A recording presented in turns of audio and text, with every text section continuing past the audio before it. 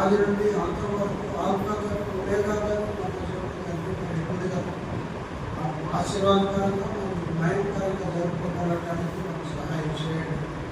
రక్త పోషణను మనం తీసుకోవాలని బాగానే కనకరం లేదని దేశనామంలో లైవ్ చేయవలసిందిగా ఆడే పాటల ద్వారా తండ్రి మమ్మల్ని జ్ఞానపరిచేవారని హెచ్చించేవారని ప్రభావం మీరు మాకు ఏమైనారన్నది ఆరాధన వర్తమానంలోనే తండ్రి గుర్తిరిగి నూతనంగా మిమ్మల్ని ఆరాధించడం కలగటానికి కూడా మనం సహాయం చేయండి. ప్రభావం మమ్మల్ని మేము సరి చేసుకొని ఈ శరీరానికి మీ రక్తానికి సాదృశ్యాన్ని బట్టి ఆరోగ్యమవుతున్నాం. ద్రాక్షరసాన్ని తండ్రి మనకు కూడా మనం భార్యవారం అవడానికి మాకు సహాయం చేయండి. ప్రభావం అనుదిన క్రైస్తవ జీవితంలో తండ్రి ఏ విధంగా నడుచుకోవాలన్నది కూడా తండ్రి మీ వాక్యం ద్వారా మమ్మల్ని హెచ్చరించండి. త్వరలో తండ్రి నేను కోరికను ఆశీర్వదించుకున్నాను. ఆశీర్వాదకరంగా మార్చవలసింది వేడుకుంటున్నాం. నేను రాజులకు రాజు అయినారు, ప్రభువులకు ప్రభు అయినారు. సమీపించడానికి తేజస్సుతో అభ్యర్థించినటువంటి మా దేవుడైన దాన్ని బట్టి చేయిస్తున్నాము. మా జీవితాల్లో మీరు చేస్తున్నటువంటి నేరేడు కార్యాలన్నింటిలో కూడా మేము చేయిస్తున్నాము. ప్రభావం కోరికను ఆశీర్వించండి. ఇది ఆశీర్వది వాక్యాన్ని అభిషేకం చేసి ప్రభావం మమ్మల్ని నూతనంగా ద్వారా ఈ సన్నిధానంలో కనబడడానికి మాకు సహాయం చేయవస్తున్నాయి. సమస్త ఘనత మహిమ ప్రభావాలు మీకు ఆపాదిస్తూ నేను ప్రార్థన నా ప్రభు నా రక్షకుడికి రాలేనటువంటి యేసుక్రీస్తు నామమున నిర్వహించుకుంటున్నాం తండ్రి.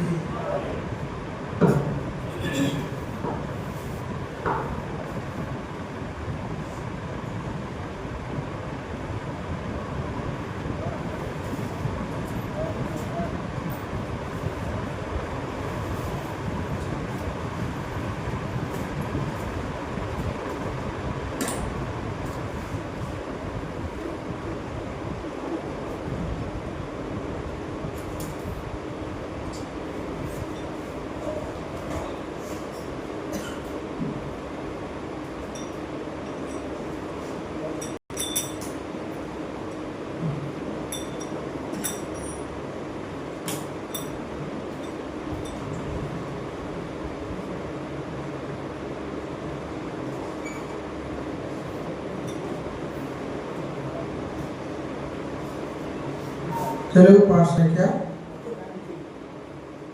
122, తమిళ పాఠ సంఖ్య 162. తెలుగు పాఠ సంఖ్య 122, తమిళ పాఠ సంఖ్య 162.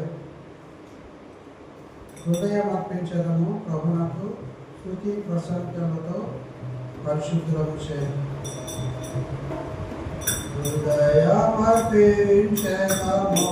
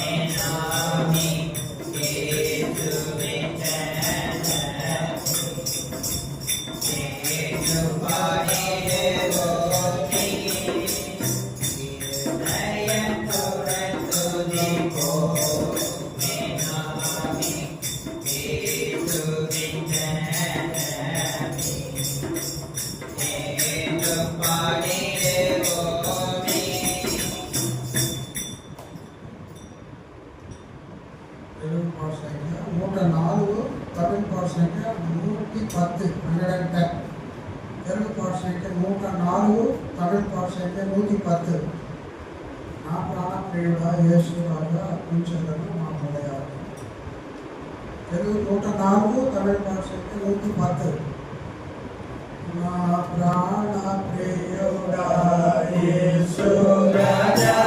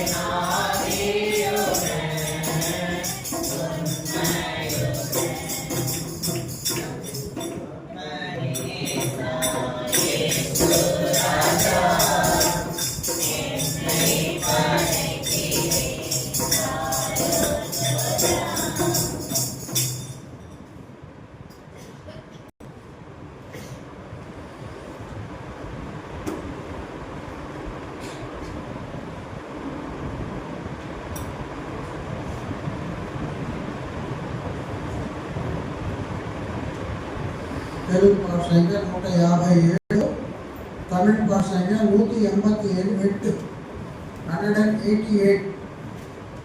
తెలుగు పాట సంఖ్య 157, తమిళ పాట సంఖ్య 188. యేసు నన్ను ప్రేమించింది, ఆశ్రయము లేనప్పుడు నీ శరణు వేడగానే నా పాప భారము కలిగి.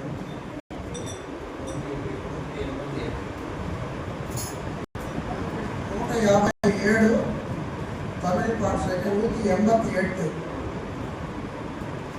యేసు నన్ను ప్రేమించింది,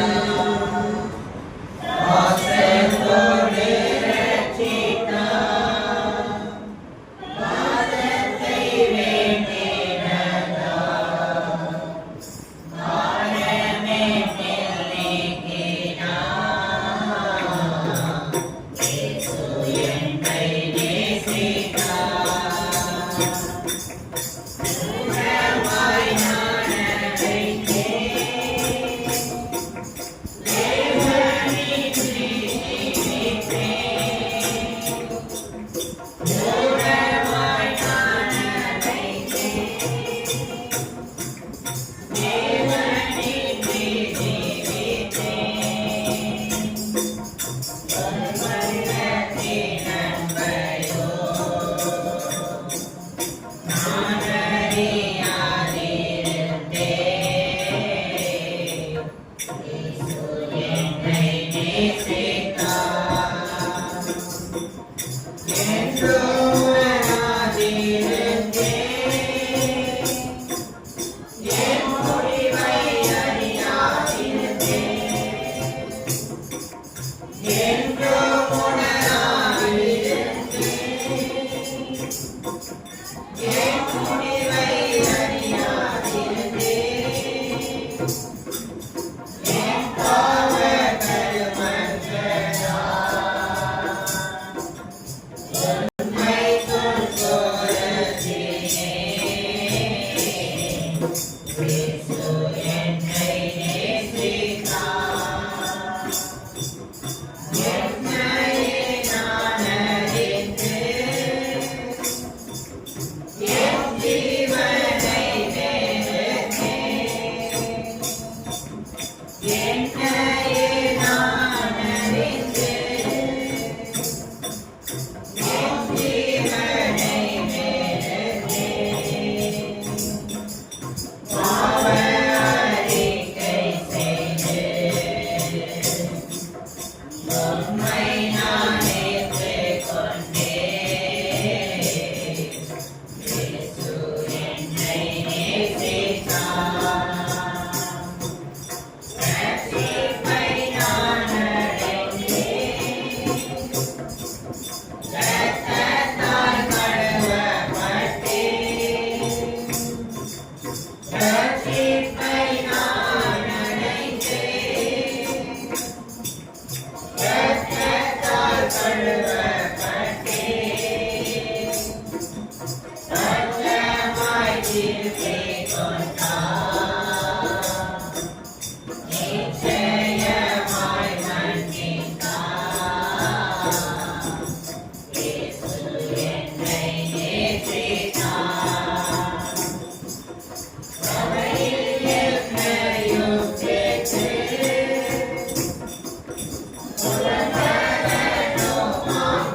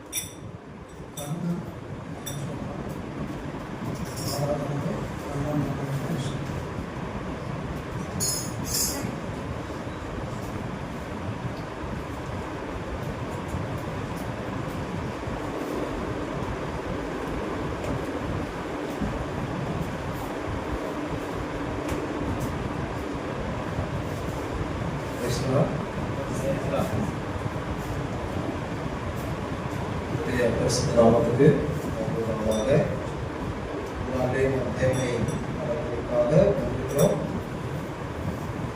దేవుని యొక్క పరిశుద్ధ నామానికి మహిమ కలుగును గాక. ఈ దినం మనము దేవుని ఆరాధించుకున్నందుకు ఇది వచ్చున్నాం. தேவனை ஆராதிக்கிறதுக்கு முன்பாக அவருடைய வார்த்தைகளிலிருந்து நாம் தியானித்து அதன்படியாக தேவனை ஆராதிக்க நாம் கடந்து செல்லலாம். దేవుణ్ణి ఆరాధించుకున్నట్టుగా మనము దేవుని యొక్క లేఖనములో ధ్యానించుకొని ఆ తర్వాత మనము ఆరాధించుకుంటాం. సంగీతం కీర్తన గ్రంథం 34వ అధ్యాయం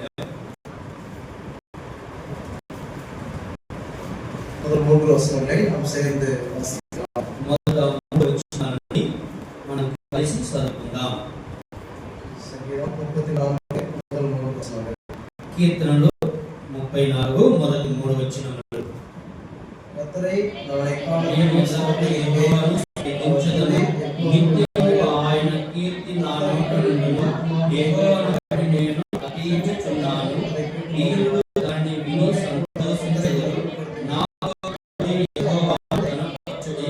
మనము ఏకంగా కూడి ఆయన నామమును గొప్పగా చేయుదుము.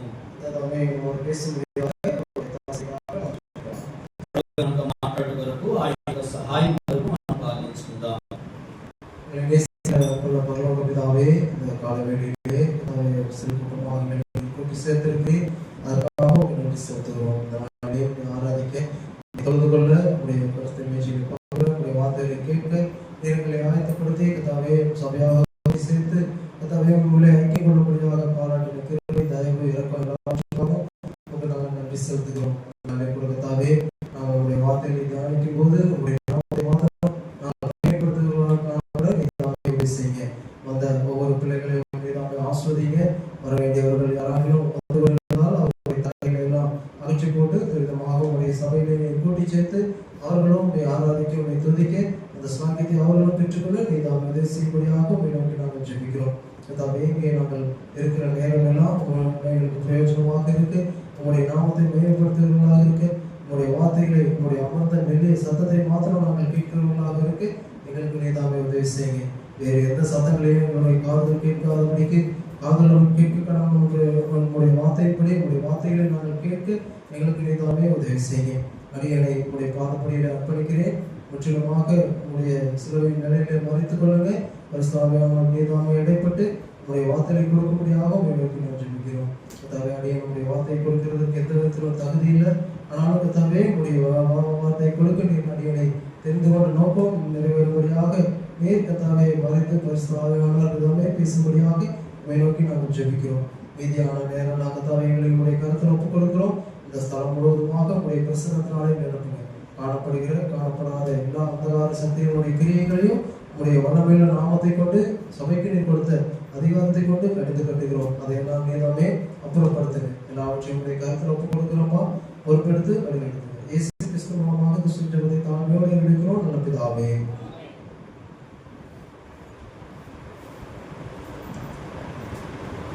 நாம் வாசித்த இந்த 3 வசனங்களிலுமே మనము చదువుకున్నట్టు ఈ 3 వచనాలలోనే இங்கே சங்கீதக்காரனாகிய தாவீது சொல்லுகிற வார்த்தை, நான் கர்த்தரை எக்காலத்திலும் ஸ்தோத்தரிப்பேன், அவர் துதி எப்போதும் என் வாயில் இருக்கும் என்று சொல்லுகிறார். ఇక్కడ కీర్తనకారుడు చెబుతున్నట్టు ఈ మాటలు, నేను ఎల్లప్పుడూ యెహోవాను స్తుతించెదను, నిత్యము ఆయన కీర్తి నా నోట నుండును. 3వ వచనంలో பார்க்கும்போது என்னோட கூட கர்த்தரை மகிமைப்படுத்துங்கள் என்று சொல்கிறார். ఇక్కడ 3వ వచనం కూడా మనం చూసుకున్నట్లయితే, నాతో కూడా యెహోవాను గణపరచుడి, మనము ఏకముగా కూడి ఆయన నామమును గొప్పగా చేయదము. நாம கூட ஆண்டவரை ஸ்தோத்தரிக்க வந்திருக்கிறோம், அவரை மகிமைப்படுத்த வந்திருக்கிறோம். ఇప్పుడైతే మనము కూడా దేవుణ్ణి స్తుతించుటకు ఆయన మహిమపరచుటకు మనం కూడి వచ్చున్నాం. ஆண்டவரை துதிக்க நன்றி செலுத்த வந்திருக்கிறோம். మనం దేని కొరకు ఆయన స్తుతించి ఆయనకి కృతజ్ఞత స్తుతులు చెల్లించుటకు. యెషయా పుస్తకం యెషయా గ్రంథం 45వ అధ్యాయం, యెషయా గ్రంథం 45వ అధ్యాయం 5వ వచనం వాసిగా 5వ వాక్యం చదవండి. அங்கே என்னை தவிர தேவன் இல்லை என்று சொல்லுகிறார். ఇక్కడ నేను తప్ప వేరే దేవుడు లేడని చెబుతున్నాడు. அப்ப நாம் வேறு தேவன் இல்லாத ஒரே ஒரு தேவனை தான் நாம் இங்கே ஆராதிக்க வந்திருக்கிறோம். ఇక్కడ ఏ దేవుడు లేడు గాని ఏకైక దేవుణ్ణి మనము ఆరాధించుటకు కూడి వచ్చున్నాం. அதே அதிகாரம் 21వ వచనం వాసిగా అదే అధ్యాయం 21వ వచనాన్ని చదవండి.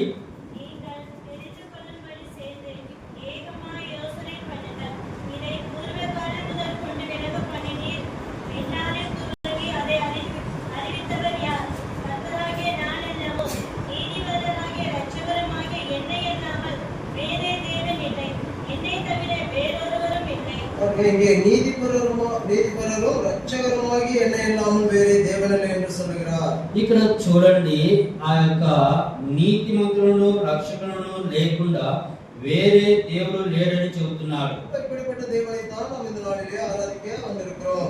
ఇలాంటి దేవుణ్ణి మనము ఈ ఉదయకాలాన ఆరాధించుటకు వచ్చి ఉన్నాం. நான் என்னை தவிர வேறொருவரும் இல்லை என்று ஆண்டவர் சொல்லுகிறார். ఇక్కడ నేను తప్ప వేరొకడు లేడని చెబుతున్నాడు. యెషయా 46వ అధ్యాయం, యెషయా 46వ అధ్యాయం 9వ వచనం వాసిగా 9వ వచనం చదవండి. நானே தேவன் வேறொருவரும் இல்லை, நானே தேவன் எனக்கு சமானம் இல்லை. அவருக்கு ஈக்குவலாக யாருமே கிடையாது. ఆయనకి సమానముగా ఎవరును లేరు. இது நான் சொல்லல, ஆண்டவர் சொல்லுகிறார். ఇది నేను చెప్పలేదు, ప్రభువే చెబుతున్నాడు. நானே தேவன் வேறொருவரும் இல்லை, నేనే దేవుడును వేరే దేవుడును లేడు. எனக்கு సమానமாக யாரும் இல்லை என்று சொல்லுகிறார். నాకు సమానముగా ఎవరును నా పోలిన వాడు ఎవరును లేడు అంటున్నాడు. அவர் எப்படிப்பட்ட ஒரு தேவனாக இருக்க வேண்டும்? ఆయన ఎలాంటి ఒక దేవుడుగా ఉన్నాడు. இங்கே நாம் வாசிக்கிறோம், நானே தேவன் என்று சொல்லுகிறார். ఇక్కడ మనం చదువుకుంటున్నాము, నేనే దేవుడినని చెబుతున్నాడు. ఆదికాండములో వాసిக்கிறோம், 1వ అధ్యాయం 1వ వచనத்திலே, ఆదికాండము 1వ అధ్యాయం 1వ వచనంలో కూడా మనం చదువుకుంటాం. ஆதியிலே தேவன் வானத்தையும் பூமியையும் சிருஷ்டித்தார். பாருங்க, இங்கே ஆதியிலே தேவன் வானத்தையும் பூமியையும் சிருஷ்டித்த ஒருவராக காணப்படுகிறார். ఇక్కడ కూడా చూడండి, ఆదియందు దేవుడు భూమి ఆకాశములను సృజించెను. வேறொரு தன்மை கூட அவருக்கு இருக்கிறது. ఆయనకి ఇంకొక వేరే విధానం కూడా ఆయనకు ఉన్నది. 1 తిమోతి 6వ అధ్యాయం 6వ అధ్యాయం 16వ వచనం 16వ వచనం.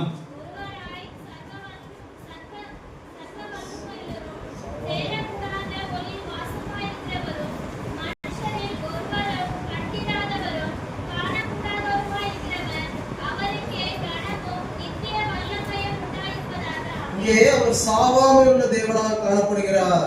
ఇక్కడ ఆయన ఘనత శాశ్వతమైన ప్రభావం కలిగి ఉండను గాక చెప్తున్నాడు. காணக்கூடாத ஒளியிலே வாசம் பண்ணுகிறவராய் இருக்கிறார். ఇక్కడ అమర్తము గల వాడై ఉన్నాడు. మనుషులలో ఎవడును ఆయన్ను చూడలేడు. దానియేలు పుస్తకం, ఇది దానియేలు గ్రంథం 4వ అధ్యాయం, దానియేలు గ్రంథం 4వ అధ్యాయం 2వ వచనం, 2వ వాక్యం. உன்னதமான தேவன் என்னிடத்தில் செய்த அடையாளங்களையும் அற்புதங்களையும் பிரசித்திப்படுத்துவது எனக்கு நன்மையாய் கண்டது. இங்கே ఉన్నதமான தேவன் என்று அவரை குறித்து சொல்லப்பட்டிருக்கிறது. ఇక్కడ నమ్మకమైన దేవుడని ఆయన గురించి చెప్పబడుతున్నది. இங்கே சாவாமல் உள்ள தேவனாய் காணப்படுகிறார். ఇక్కడ వచ్చి ఆయన అమరత్వము గలవాడై ఉన్నాడు. ஒருவரும் காணக்கூடாதவராய் இருக்கிறார். మనుషులలో ఎవడును ఆయనను చూడలేనటువంటి వాడిగా ఉన్నాడు. கண்டிராதவராய் இருக்கிறார். ఆయన ఎవడును ఆయనకు ఘనత సహితమైనవాడు. இங்கே தானியேல் புத்தகத்திலே ఉన్నதமான தேவன் என்று சொல்லப்படுகிறது. ఇక్కడ దానియేలు చూసినట్లయితే ఆయన ఎంతో ఉన్నతమైన దేవుడుగా ఉన్నాడు. సంగీతం కీర్తనలు 139వ అధ్యాయం 139వ అధ్యాయం 7 నుండి 10 వచనాలు వాసిద్దాం. 7 నుంచి 10 వరకు உம்முடைய చదువుకుందాం. ஆவிக்கு மறைவாக எங்கே போவேன்? உம்முடைய சமூகத்தை விட்டு எங்கே ஓடுவேன்? நான் வானத்திற்கு ஏறினாலும் நீர் அங்கே இருக்கிறேன். நான் பாதாளத்தில் படுக்கை போட்டாலும் நீர் அங்கே இருக்கிறேன். நான் விடிய காலத்து செட்டைகளை எடுத்து சமுத்திரத்தின் கடையாதாரங்களில் போய் தங்கினாலும் அங்கேயும் உமது கை என்னை நடத்தும், உமது வலதுகரம் என்னை பிடிக்கும். பாருங்க, இங்கே வானத்துக்கு ஏறினாலும் அங்கே இருக்கிறார். ఇక్కడ చూడండి, ఆకాశముకు ఎక్కినా గానీ అక్కడే ఉన్నాడు. இங்க பாதாளத்துக்கு போனாலும் அங்கேயும் அவர் இருக்கிறார். నేను పాతాళమందు పండుకున్నాను, నువ్వు అక్కడ ఉన్నావు అంటున్నాడు. அவர் எங்கும் நிறைந்திருக்கிற ஒரு தேவனாக காணப்படுகிறார். ఆయన ఎక్కడైనా కానీ నిండినట్టు వాడిగా దేవుడిగా కనపడుతున్నాడు. எவ்வளவு வல்லமையுள்ள தேவனாய் அவர் காணப்படுகிறார். చూడండి, ఆయన ఎంత శక్తివంతమైన దేవుడిగా కనపడుతున్నాడు. ஏசாயா தீர்க்கதரிசி புத்தகம் యెషయా గ్రంథం 6వ அதிகாரம் 6వ అధ్యాయం 3వ వచనం. 3.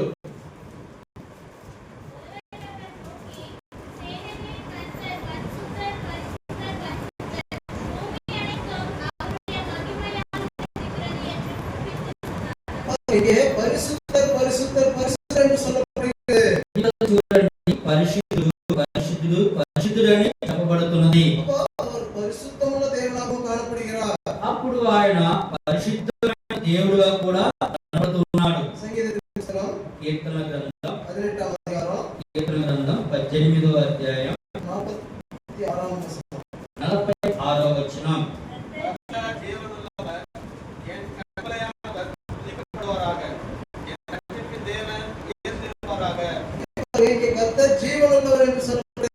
ఇక్కడ చూడండి, యెహోవా జీవము కలిగిన వాడని కూడా చెప్పబడుతున్నాడు. సువిశేషం 4వ அதிகாரம் ఇంకొక వాక్యం కూడా చూసినట్లయితే యోహాను సువార్త 4వ అధ్యాయం 24వ వచనం.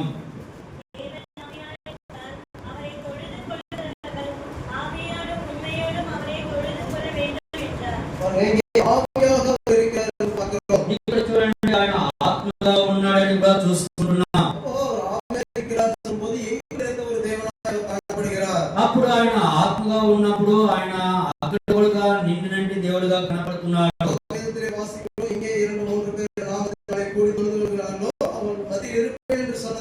మనము బైబిల్ చదువుతున్నాం, ఎక్కడ ఇద్దరు ముగ్గురు కూడిన నామమును స్తుతిస్తారో వారి మధ్య ఉంటానని కూడా చెబుతున్నాడు. ఆయన ఆత్మగాను ఆ స్థలంలో కనపడుతున్నాడు. ఇప్పుడు కూడా ఈ యొక్క ఆరాధన స్థలంలో కూడా పరిశుద్ధాత్మగా మనకు అమర్చబడి ఉన్నాడు. దాన్ని బట్టి మనం ఆరాధించేటప్పుడు కూడా భయభక్తులతో ఆరాధించాలని చెప్పబడుతున్నారు. చదువుకుందాము. ద్వితీయోపదేశకాండము 4వ அதிகாரம் 4వ అధ్యాయం 15వ వచనం.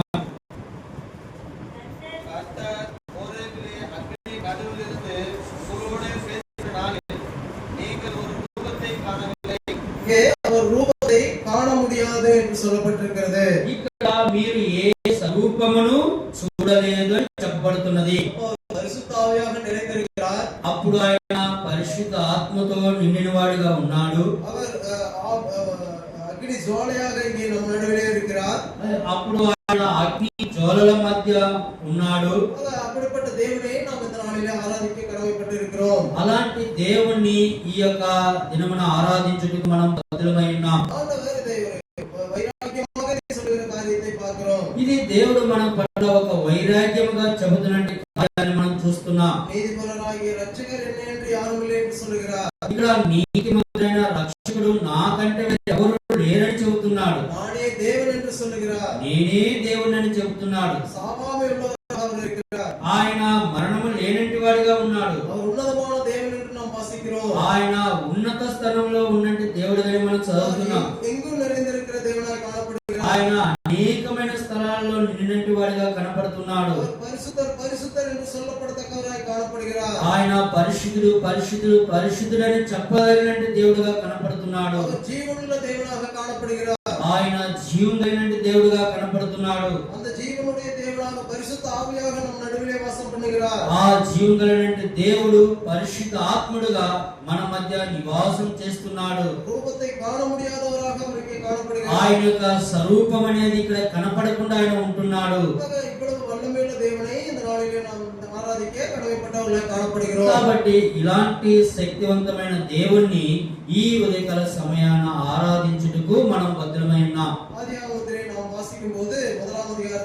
ఆదికాండము 1వ అధ్యాయంలో మనం చదువుకున్నట్లయితే 18వ వచనం వరకు ఆండవర్ எப்படியெல்லாம் இந்த உலகத்தை இந்த உயிர்களை படைத்தார் என்று சிருஷ்டித்தார் என்று நாம் వాసిக்கிறோம். మొదటి వచనం నుంచి 18వ వచనం వరకు మనం చదువుకున్నట్లయితే దేవుడు ఈ లోకములో ఈ సృష్టిని ఏ విధంగా అమర్చబడి ఉన్నాడు, నిర్మించున్నాడు అనేది మనం చూసుకుంటాం. இந்த உலகத்தில் இருக்கக்கூடிய எல்லாவற்றையும் அவர் சிருஷ்டிக்க முடியும் என்றால் அவர் எவ்வளவு பெரிய தேவனா இருக்க முடியும். అప్పుడు చూడండి, ఈ లోకములో ఉన్న వాటన్నిటిని సృష్టించినాడంటే ఆయన ఎంత గొప్ప దేవుడు అనేది మనం చూసుకోవాలి. அவர் எவ்வளவு வல்லமை உள்ள மகத்துவமுள்ள தேவனா இருக்கணும். ఆయన ఎంత శక్తివంతముడు, మహాత్మ్యుడు కలిగినట్టు దేవుడుగా ఉంటాడు. சரி, ஏன் நானே தேவன் இல்ல, எனக்கு சமமா யாரும் இல்லன்னு சொல்றாரு? ఏ దేవుడు నేను తప్ప నాకు సమానుడుగా వేరే దేవుడు లేడని చెబుతున్నాడు. இந்த உலகத்திலே நம்ம பார்க்கிறோம், எத்தனையோ மதங்கள், எத்தனையோ தெய்வங்களை கும்பிடுறாங்க. அவங்க யார் எந்த இதுலயுமே உலகத்தை இப்படி கடவுள் படைத்தார் என்று சொல்லப்பட்டிருக்காது. ఇక్కడ ఈ లోకం రీతిగా మనం చూసుకుంటే ఎన్నో దేవుళ్ళు, ఎన్నో మతాలు పూజిస్తుంటారు. కానీ వాళ్ళైతే ఈ లోకాన్ని ఈ రీతిగా నిర్మించినాడు దేవుడు అని చెప్పలేరు. ஆனால் நம்முடைய தேவன், நாம் வாசிக்கிற முதல் வசனமே ஆதியிலே தேவன் வானத்தையும் பூமியையும் சிருஷ்டித்தார் என்று வாசிக்கிறோம். కాబట్టి మన దేవుడు అయితే ఆది యందు దేవుడు భూమి ఆకాశములను సృజించెను. அப்படிப்பட்டவைகளை படைக்க வேண்டும் என்றால் அவர் எவ்வளவு ஒரு மகத்துவமுள்ள தேவனாக காணப்படுகிறார். చూడండి, అలాంటి వాటిని సృష్టించాలంటే ఆయన ఎంత మహాత్మ్యము కలిగిన దేవుడుగా ఉండాలి. அப்போ இப்படிப்பட்ட வல்லமையுள்ள தேவனை விட்டுட்டு நாம் போய் ஒரு கல்லை, ஒரு மரத்தை, மண்ணை, ஒரு மனுஷனால் உருவாக்கப்பட்ட ஒரு சிலையை வணங்கினால் ஆண்டவருக்கு கோபம் வருவதா? ఇలాంటి ఒక దేవుని మనం వదిలిపెట్టి ఒక చెట్లని, పుట్లని, రాళ్ళని వీటన్నిటిని పూజించేటప్పుడు ఈ మహాత్మ గల దేవునికి కోపం వస్తుందా, రాదా? அதனாலதான் ஆண்டவர் இப்படி சொல்லுகிறார். దాన్ని బట్టే ప్రభు ఈ రీతిగా చెబుతున్నాడు. యెషయా గ్రంథం 46వ అధికారం, యెషయా గ్రంథం 46వ అధ్యాయం 5వ వచనం. 5వ వచనం. யாருக்கு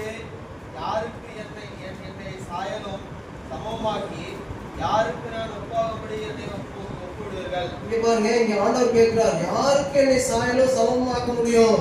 ఇక్కడ దేవుడు అడుగుతున్నాడు, మేము సమానులమని నన్ను ఎవరికి సాటి చేయుదురు? யாரோட என்ன కంపేర్ பண்ணுவீங்கன்னு கேக்குறாரு. ఎవరితో నన్ను సమానులని మీరు చేస్తారని ప్రభు చెప్తున్నాడు. సమానమా யாரும் இல்லன்னு சொல்றாரு அவரு. నాకు సమానములుగా ఎవడును నాకు పోటీ చేయడని చెబుతున్నాడు. நானே தேவன் என்று சொல்லுகிறார். నేనే దేవుణ్ణని చెబుతున్నాడు. இந்த உலகத்திலே சொல்லுகிற பிரகாரம் படி சொன்னீங்கன்னா 30 முக்கோடி தேவர்கள் அப்படிங்கலாம் இதுக்கள் சொல்றத கேள்விப்பட்டிருக்கேன். ఇక్కడ ఈ లోక రీతిగా హిందువులు చెబుతున్నట్టయితే 30 కోట్ల దేవతలు అని చెప్పేది మనం వింటూ ఉంటాం. அவர்கள் யாருமே சொல்ல முடியாத ஒரு வார்த்தை ஆண்டவர் சொல்லுகிறார். ఇక్కడ వారు ఎవ్వరు చెప్పలేని ఒక మాట మన దేవుడు చెబుతున్నాడు. లేవీరామతి పుస్తకం, లేవి కాండము 16వ అధికారం, లేవి కాండము 11వ అధ్యాయం 45వ వచనం. 45వ వచనం.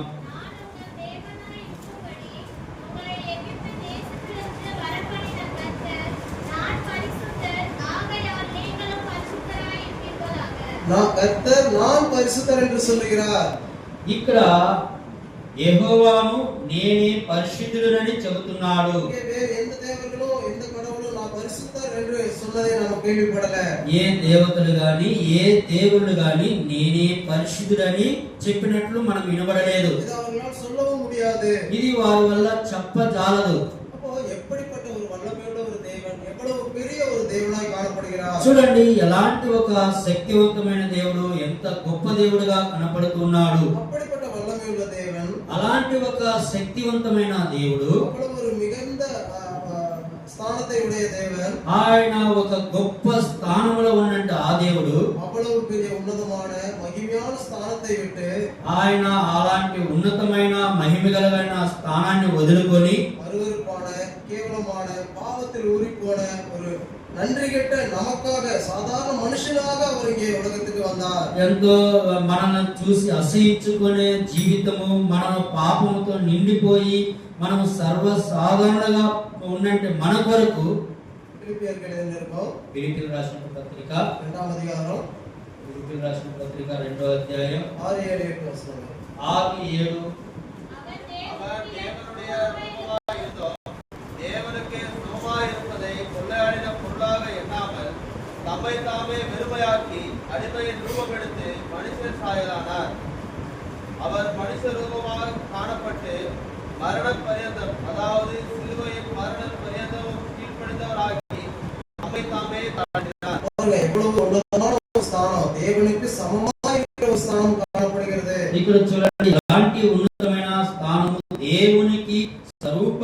సమానముగా ఉండే ఒక స్థానం కనపడుతున్నది. இப்போ உலக பிரகாரமாக எடுத்துக்கொண்டா ఇప్పుడు లోకరీతిగా చూసుకున్నట్లయితే நீங்க ஒரு பெரிய பதவியில் இருக்கீங்க, మీరు ఒక ఉన్నతమైన పదవిలో స్థానంలో ఉంటారు. உங்களுக்கு அசிஸ்ட் பண்றதுக்கு நிறைய பேர் கீழே இருக்காங்க, உங்களுக்கு கீழே. మీకు ఆ యొక్క పనులు చేసేదానికి అనేక మంది కింద ఉంటారు. அங்கே கடைசியா ஒரு வந்து உங்ககிட்ட ஒரு வேண்டுதல் கேட்கறாங்க, చివరిగా అతను వచ్చి మీ దగ్గర ఒక విన్నపం అడుగుతున్నాడు. அவங்களுக்காக நம்ம அந்த பெரிய பதவியை விட்டுட்டு கீழே இறங்கி போவோமா? అతను కొరకు మనం ఆ ఉన్నతమైన పదవిని వదులుకొని కిందకి వెళ్ళగలమా? அவங்களுக்காக அந்த வேலையை நம்ம செய்ய போவோமா? వారి కొరకు మనం ఆ పని చేయగలమా? எந்த எந்த சூழ்நிலையிலும் அதை நம்ம செய்ய மாட்டோம். ఎలాంటి పరిస్థితులు కానీ మనం చేయలేం. ஆண்டவர் அவ்வளவு ஒரு பெரிய ஸ்தானத்தை விட்டு நமக்காக சாதாரண மனுஷனாக அவர் இந்த உலகத்துக்கு வந்தார். కానీ దేవుడైతే అలాంటి ఉన్నతమైన స్థానం నుంచి వదులుకొని మన వరకు ఈ భూలోకానికి వచ్చి ఉన్నాడు. எதற்காக வந்தார்? ఆయన దేని కొరకు వచ్చాడు?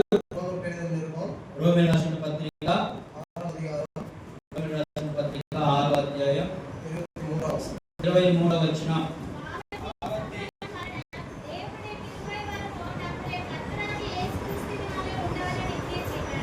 இயேசு கிறிஸ்துவினாலே உண்டான நித்திய ஜீவனை கொடுக்கும்படியாக அவர் இந்த உலகத்துக்கு நமக்காக வந்தார். ఇక్కడ మన ప్రభువైన యేసుక్రీస్తునందు నిత్య జీవం అనుగ్రహించుటకు ఆయన ఈ భూలోకానికి వచ్చి ఉన్నాడు. இந்த வசனத்தின்படி பார்ப்போமானால் பாவத்தின் சம்பளம் மரணம். ఈ యొక్క వాక్యానుసారంగా మనం చూసుకున్నట్లయితే పాపము వల్ల వచ్చు జీతము మరణము. நமக்கு சம்பளமாக கிடைக்க வேண்டிய அந்த மரணத்தை அவர் ஏற்றுக்கொண்டார். మనకు ఆ యొక్క జీతముగా వస్తున్నట్టు ఆ యొక్క మరణాన్ని ఆయన పొంది ఉన్నాడు. ఉదాహరణకి ஒரு ரோட்ல நடந்து போயிட்டு இருக்கும்போது ఒక రోడ్ లో మనం నడిచి వెళుతున్నాము. நம்முடைய பிள்ளைகள் முன்னாடி போறாங்க, நம்ம முன்னாடி போறோம்னு வெச்சுக்கோங்க. మన యొక్క పిల్లలు ముందు వెళ్తున్నారు, మనమైతే వెనక వెళ్తున్నాము. ஒரு காளை மாடோ இல்ல ஒரு நாயோ ஏதாவது ஒண்ணு வந்து நம்முடைய பிள்ளைகளை தாக்கும்போதோ கடிக்கும்போதோ நம்ம என்ன செய்வோம்? ఆ విధంగా వెళ్తున్నప్పుడు ఒక ఎద్దు గాని ఒక కుక్క అయినా గాని వాళ్ళని కచ్చడానికి వస్తున్నాయంటే మనమైతే ఏం చేస్తాం? நமக்கு என்னாலும் பரவாயில்ல, நம்முடைய பிள்ளைக்கு எதுவும் எதிர்கூடாதுன்னு சொல்லி நம்ம குறுக்க போய் அதை தடுப்போம். మనకి ఏమైనా పర్వాలేదు కానీ మన బిడ్డకి ఏ కాకూడదని మనము అక్కడికి ఆటంకంగా వెళ్ళి వాటిని ఆపుతాం. அதே மாதிரி தான் అదే రీతిగా நாம் மரணத்துக்கு பாத்திரவான்களா இருந்தோம். మనమైతే మరణానికి పాత్రులుగా ఉన్నాం. பாவத்தின் சம்பளத்தின் மரணத்துக்கு நேராக நாம் போய் கொண்டிருந்தோம். ఆ యొక్క పాపము జీతమనే మరణానికి ఎదురుగా మనం వెళుతూ ఉన్నాం. ஆண்டவர் நான் உண்டாக்கின மனுஷன் என்னுடைய மகன் இப்படி சாகக்கூடாது, மரணத்துக்கு பாத்திரவானாக மாறக்கூடாது என்று சொல்லி அவர் உயிரை கொடுத்ததை என்று பார்க்கிறோம். ప్రభు చదువుతున్నాడు, నేను సంపాదించుకొని నిర్మించిన నా కుమారుడు నా కుమార్తె ఈ పాపములో సరిపోకూడదని ఆయన ఈ రీతిగా ఆయన మీద ఆ యొక్క శాపాన్ని వేస్తున్నాడు. యెషయా 53వ அதிகாரம் యెషయా 53 5వ వచనం. 53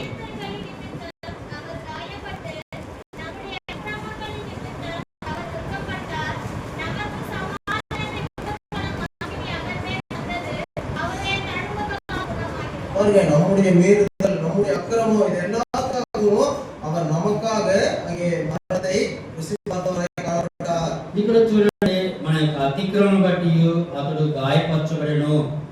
நீங்க வீட்டுல போய் வேணா வாசிச்சு பாருங்க. ஏசாயா 44, 45, 46 அதிகாரம், அப்புறம் 53 அதிகாரம். ఇక్కడ మీరు ఇంట్లో కూడా చదవండి.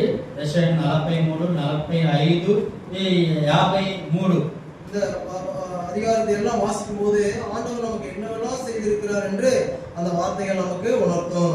ఈ యొక్క అధ్యాయం అంతా మనం చదువుకున్నట్లయితే ప్రభు మన పట్ల ఏమేమి చేశాడనేది మనకు ఒక గ్రహింపు వస్తుంది.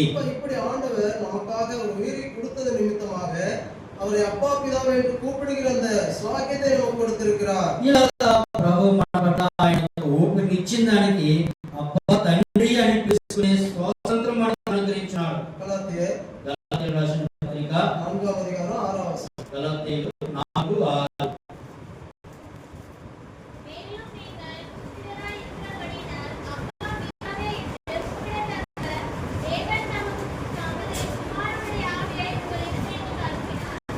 அப்பா பிதாவே என்று கூப்பிடத்தக்கதான அந்த ஸ்லாக்கியத்தை நமக்கு அவர் கொடுத்திருக்கிறார். ఇక్కడ నాయన తండ్రి అని మొరపెట్టి తన కుమారుని ఆత్మను దేవుడు మన హృదయంలోనికి పంపెను. இந்த உலகத்தில் இருக்கிற எந்த தெய்வங்களோ உயிரை கொடுத்தது நாம கேள்விப்பட்டது கிடையாது.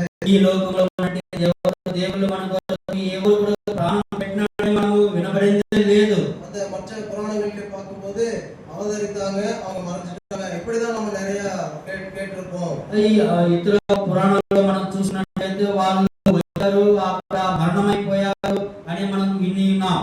இங்கே ஆண்டவர் நமக்காக உலகத்துக்கு வந்தார், நமக்காக அழைக்கப்பட்டார், மரித்தார், மூன்றாம் நாள் உயிர்த்தெழுந்தார் என்று நாம் இங்கே வாசிக்கிறோம். కాబట్టి ఇక్కడ ప్రభు మన కొరకు వచ్చాడు, మరణించాడు, మూడో దినాన పునరుద్ధరణుడైనాడని కూడా మనం చదువుకున్నాం. நாம் వాసితபடி సావాமை உள்ளவரானதினால் அவர் மரணத்தையே ஜெயித்தவராய் காணப்படுகிறார். ఇక్కడ మనం చదువుకున్నట్లయితే మనం సావకుండా ఉన్న దాన్ని బట్టి ఆయన మరణాన్ని జయించున్నాడు. 15వ అధ్యాయం 1 కొరింథీయులు 15వ అధ్యాయం 3-4 వచనాలు. 3-4 వాక్యాలు. என்னவென்றால் கிறிஸ்துவானவர் வேத வாக்கியங்களின்படி நமது பாவங்களுக்காக மரித்து அடக்கப்பட்டு வேத வாக்கியங்களின்படி மூன்றாம் நாள் உயிர்த்தெழுந்து அவர் மரிக்க வேண்டும், அவர் அடக்கம் பண்ணப்பட வேண்டும், மூன்றாம் நாளிலே உயிர்த்தெழ வேண்டும் என்று ஆதியிலேயே நிர்ணயிக்கப்பட்ட ஒரு காரியமாக காணப்படுகிறது.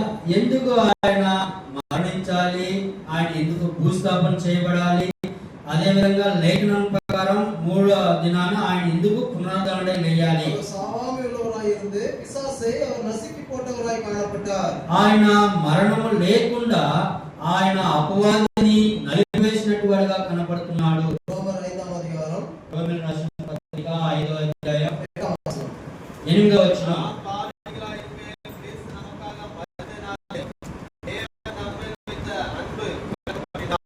இங்கே நாம் பாவிகளாய் இருக்கையில் கிறிஸ்து நமக்காக மரித்தது என்று சொல்லப்படுகிறது. ఇక్కడ మనం చూసినట్లయితే మనం ఇంకనూ పాపులమే కానీ క్రీస్తు మన కొరకు చనిపోయాను. நம்ம நியாயமாய் நடந்துக்கிட்டோம், நியாயமான காரணத்துக்காக நம்ம தண்டிக்கப்படுறோம் அப்படின்னு சொன்னா அது பரவாயில்ல. మనము న్యాయంగా నడుచుకుంటున్నాం, న్యాయమైన కార్యానికి మన కొరకు ఆయన శిక్షింపబడితే అది పర్వాలేదు. நாம பாவிகள், మనమైతే పాపులము, நாம தண்டனைக்கு தப்ப முடியாதவர்களாய் காணப்படுகிறோம். మనం ఆ శిక్షకు తప్పింపబడలేనటువంటి వారిగా కనపడుతున్నాం. நாம் நீதிமான்கள் கிடையாது. మనమైతే నీతిమంతులుగా తీర్చబడలేదు.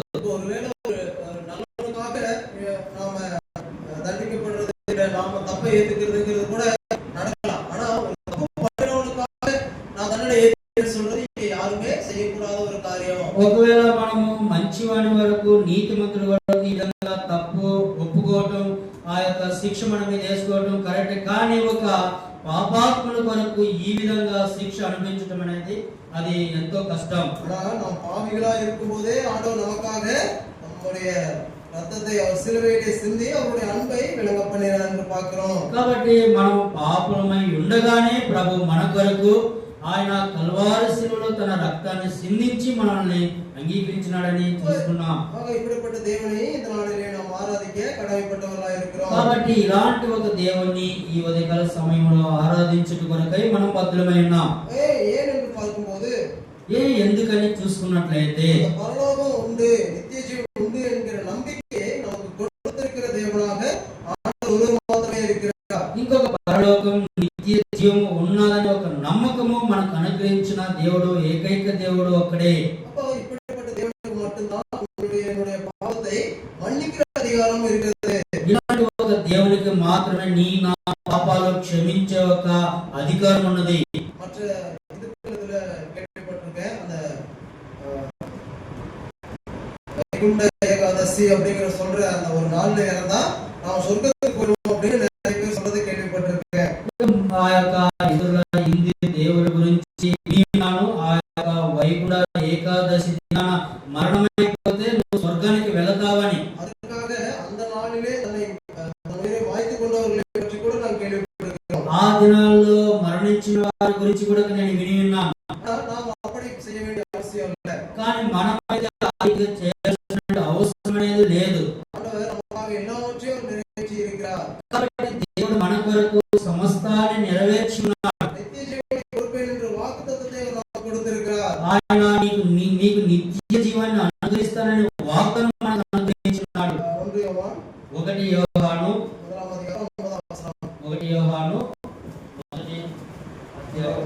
9వ వచనం. நம்முடைய பாவங்களை நாம் அறிக்கையிட்டால் பாவங்களை நமக்கு மன்னித்து எல்லா அநியாயத்தையும் நீக்கி நம்மை சுத்திகரிப்பதற்கு அவர் உண்மையும் நீதியுள்ளவருமாய் இருக்கிறார். அது யோவான் 3:2 வாசம்.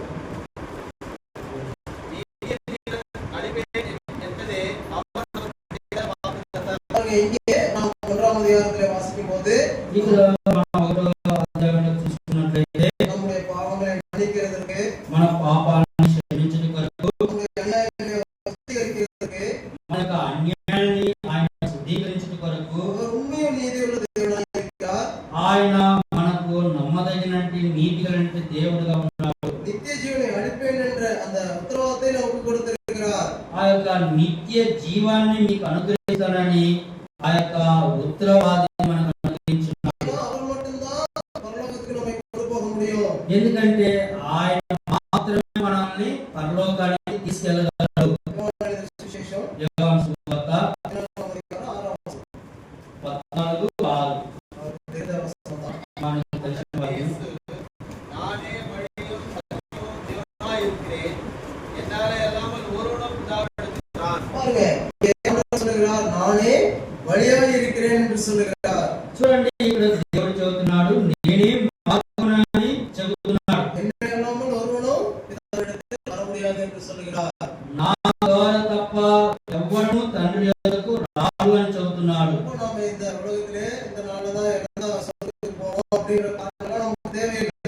కాబట్టి మనం ఈ లోకములో ఈ దినాన మరణమైపోతే స్వర్గానికి వెళతామనే కారణాలు మనకు అనవసరం. ஆண்டவரை கொண்டிருக்கிற நமக்கு எல்லாருக்குமே ஆண்டவர் வழியாய் இருந்து பிதாவினிடத்திலே நம்மை சேர்க்கிற தேவனாய் அவர் காணப்படுகிறார். దేవుని ఎరిగినట్టు మనకు ఆయన మనకు మార్గముగా ఉండి తండ్రి దగ్గరికి మనం తీసుకెళ్తాడు. அதான் சொல்லுகிறார், நானே வழியும் சத்தியமும் ஜீவனுமாய் இருக்கிறேன் என்று சொல்லுகிறார். దాన్ని బట్టి ఆయన చెబుతున్నాడు, నేనే మార్గము సత్యమును జీవమునై ఉన్నానని చెబుతున్నాడు. ஆக இந்த நாளிலே நாம் தேவனை ஆராதிக்க வந்திருக்கிறோம். కాబట్టి ఈ దినాన మనము దేవుని ఆరాధించుటకు కూడి వచ్చున్నాం. எப்படிப்பட்ட தேவனை நாம் ஆராதிக்க வந்திருக்கிறோம்? ఎలాంటి ఒక దేవుని మనం ఆరాధించుటకు కూడి వచ్చున్నాం? நீதிபரனாகிய இரட்சகரை நாம் ஆராதிக்க வந்திருக்கிறோம். అక్కడ నీతిపరుడైన రక్షకుణ్ణి మనం ఆరాధించుటకు కూడి వచ్చున్నాం. அவர் சாவாமை உள்ளவராய் இருக்கிறார்.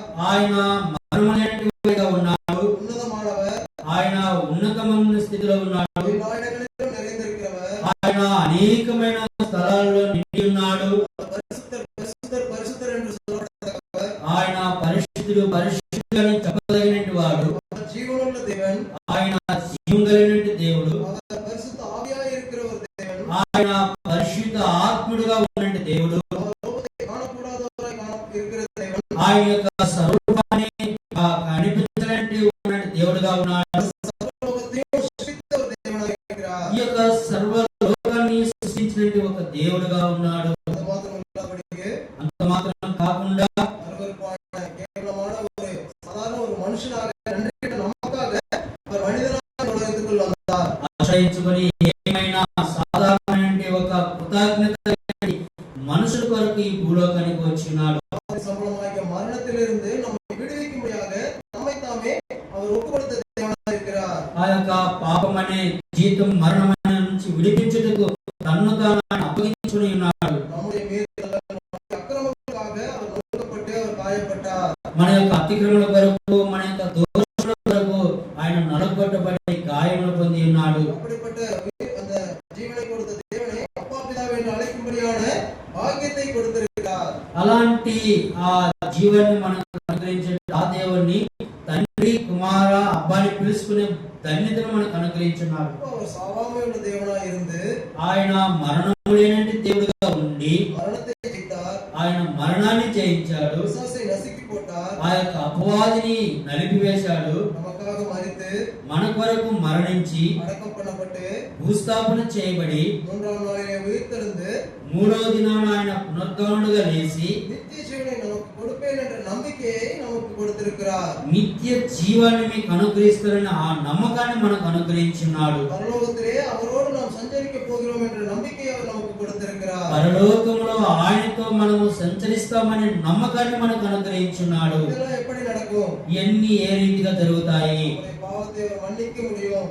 మన పాపాన్ని ఆయన క్షమించగలడు. நம்முடைய அக்கிரமத்தை பாவத்தை அவர் சுத்திகரிக்க முடியும். మన యొక్క అతిక్రమలను ఆయన శుద్ధీకరించగలడు. ஆகையினாலே நித்திய ஜீவனை கொடுப்பேன் என்ற வாக்குத்தத்தத்தை அவர் நமக்கு கொடுத்திருக்கிறார். ఆయన దాంట్లో నీకు నిత్య జీవాన్ని అనే వాగ్దానం మనకు అనుగ్రహించున్నాడు. இப்படி வல்லமையுள்ள தேவனை நாமத்தினாலே ஆராதிக்க கடமைப்பட்டிருக்கிறோம். కాబట్టి ఇలాంటి ఒక శక్తివంతమైన దేవుణ్ణి ఈ యొక్క ఉదయకాల సమయాన్ని ఆరాధించడం కొరకై మనం బద్ధులమై ఉన్నాం. మరొకటిగా సంగీతத்தின் పుస్తకం మరలా కీర్తన గ్రంథం 34వ అధ్యాయం 34వ అధ్యాయం முதல் 3 వచనాలను சேர்ந்து వాసిస్తే మనం దేవుని ఆరాధించి கடந்து మొదట 3 వచనాలను మనం కలుసుకొని చదువుకొని ఆ తర్వాత దేవుని ఆరాధించుకుందాం.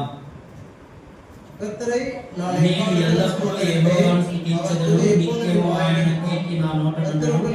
యెహోవాను బట్టి నేను అతిశయించుచున్నాను, దీనులు దానిని విని సంతోషించెదరు. నాతో కూడి యెహోవాను గణపరచుడి, మనము ఏకముగా కూడి ఆయన నామమును గొప్పగా చేయుదము. ఇది నాన్న ஒருமித்து நாம் கூடி இருக்கிறோம். మనందరము ఏకముగా కూడి వచ్చున్నాం. 3వ వచనంలో చెప్పినప్పుడు நாம் ஒருமித்து அவர் నామத்தை ఉయర్తుவோமாக.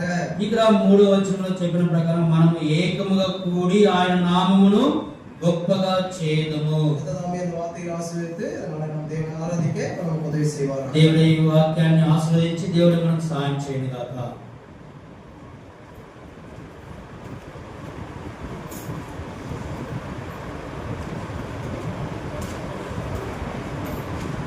అటువంటి వాక్యాలను ఆధారంగా చేసుకొని క్లుప్తంగా అందరికీ నిలబడే విధంగా మనం ఆత్మతోనూ సత్యంతోనూ ఆరాధించుకుందాం. మొట్టమొదట సండే స్కూల్ టీచర్ ఆరాధిస్తారు. ఆ తర్వాత యవనస్తులు బాయ్స్ గర్ల్స్ ఆరాధించిన తర్వాత మిగిలినటువంటి వారు ఒకరి తర్వాత సహోదరుడు సహోదరిగా ఒకరి కొరకు ఒకరు ఎదురు చూసుకోకుండా అందరికీ వినబడే విధంగా దయచేసి క్లుప్తంగా ఆరాధించుకుందాం.